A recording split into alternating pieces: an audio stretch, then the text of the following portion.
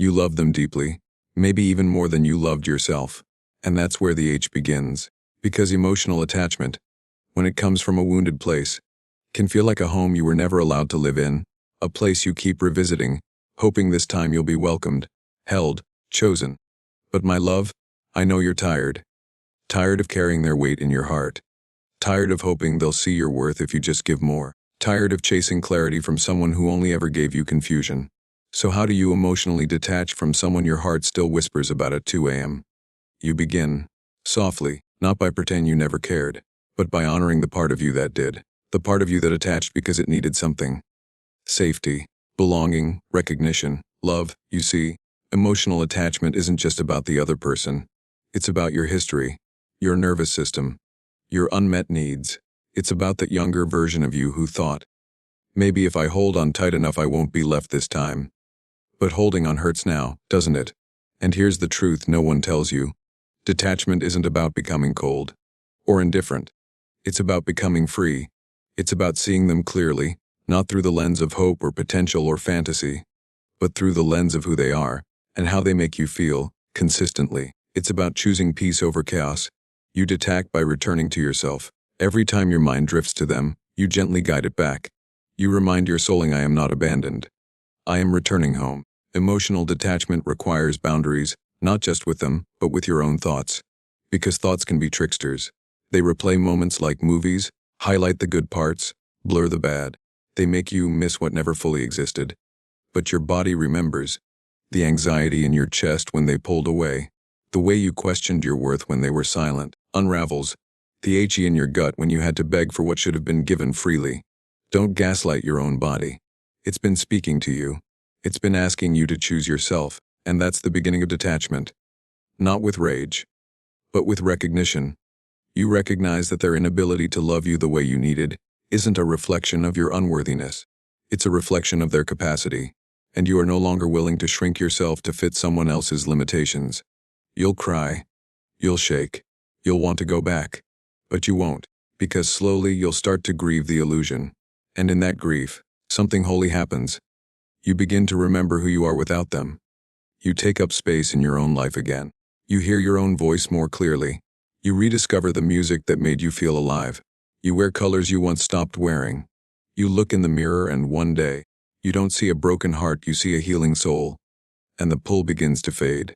That's the gift of emotional detachment. It's not the absence of care. It's the presence of clarity. You will still remember them, maybe always, but memory is not a chain. It's a story, and you are allowed to write a new one. So tonight, as you lie awake, heart heavy but still beating, whisper this to yourself. I release what was never mine to carry. I call my power back. I return to myself. And this time I stay. Emotional detachment begins not with resistance, but with radical self-recognition. Emotional detachment is often misunderstood. People think it's about shutting down, becoming cold, building walls so high that no one can get through. But that's not detachment. That's avoidance. True emotional detachment is not a rejection of love, but a realignment of love toward the self. And it doesn't begin with force or resistance or trying to forget someone overnight. It begins with something softer, something quieter. It begins with self-recognition. Not the surface-level kind, where you tell yourself you deserve better because you read it somewhere online, but the soul-deep kind. The kind where you pause long enough to hear your own inner voice whisper, "This is not okay. I don't feel safe here.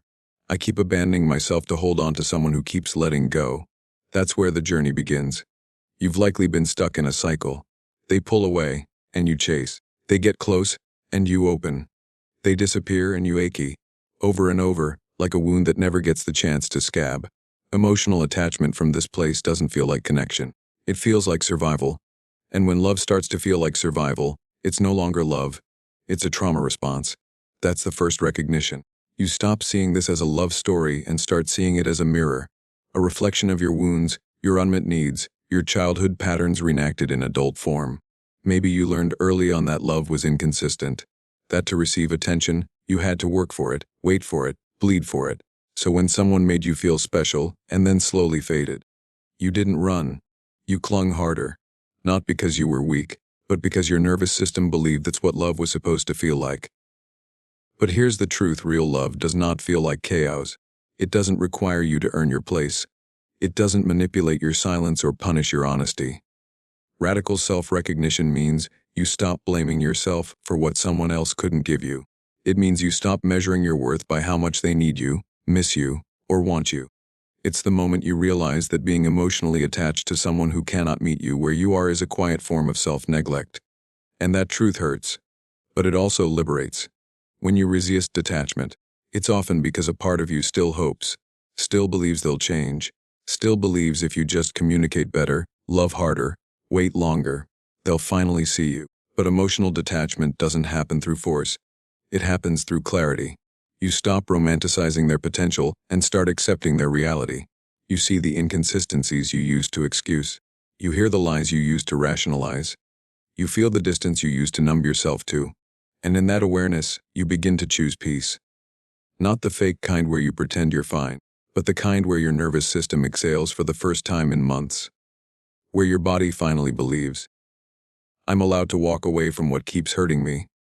You might think that detachment means you didn't love them. But detachment is often the deepest form of self-love, because it requires letting go of what you wanted and choosing what you need. And what you need is safety, stability, emotional reciprocity. Someone who doesn't make you beg for clarity or feel foolish for having needs. Someone who doesn't punish your vulnerability or weaponize your emotions against you. But before anyone else can give that to you, you must give it to yourself. You must become the place where your emotions are welcome, where your fears are held, where your voice is not silenced. You must become your own sanctuary, so rooted in your self-worth that no one's inconsistency can uproot your peace. That's what emotional detachment looks like. Not walls, but roots. Not coldness, but boundaries. Not indifference, but discernment. You begin to see clearly, and in that clarity, the emotional fog lifts. You notice how much time you spent waiting, for replies, for validation, for moments that barely lasted before fading again. You notice how often you betrayed your own needs just to keep their interest. You see the moments you quieted your pain because you were afraid speaking up would push them away. And in all of that, you realized you were the one holding everything together. You were never truly met. You were managing a connection, not experiencing one, and so now you choose something different. You choose to detach, not because you've stopped caring, but because you've started seeing. You're no longer hypnotized by what they represent. An old longing, a childhood wound, a fantasy version of safety. You're no longer willing to sacrifice your peace to feel temporarily seen. Instead, you choose to be one who sees yourself. You wake up in the morning and check in with your feelings, not theirs. You build your day around your own healing, not their availability. You turn your energy inward. You walk. You cry. You breathe. You release. And each time the urge to reach out resurfaces, you pause. Not to shame yourself, but to ask what part of me is craving attention right now. What am I hoping they'll fix inside me? Then you offer that part love from within. That is how you reclaim yourself. Because in the end, emotional detachment is not the end of love. It's the beginning of self-respect. It's the quiet return to a self who no longer asks to be chosen, because she has finally chosen herself. And that's where the healing begins. Not in the forgetting, but in the remembering of your worth, your dignity, your capacity to love deeply, and your right to receive that same depth in return. So when people ask how to emotionally detach from someone, the real answer is this: you remember who you were before needed them to tell you who you are.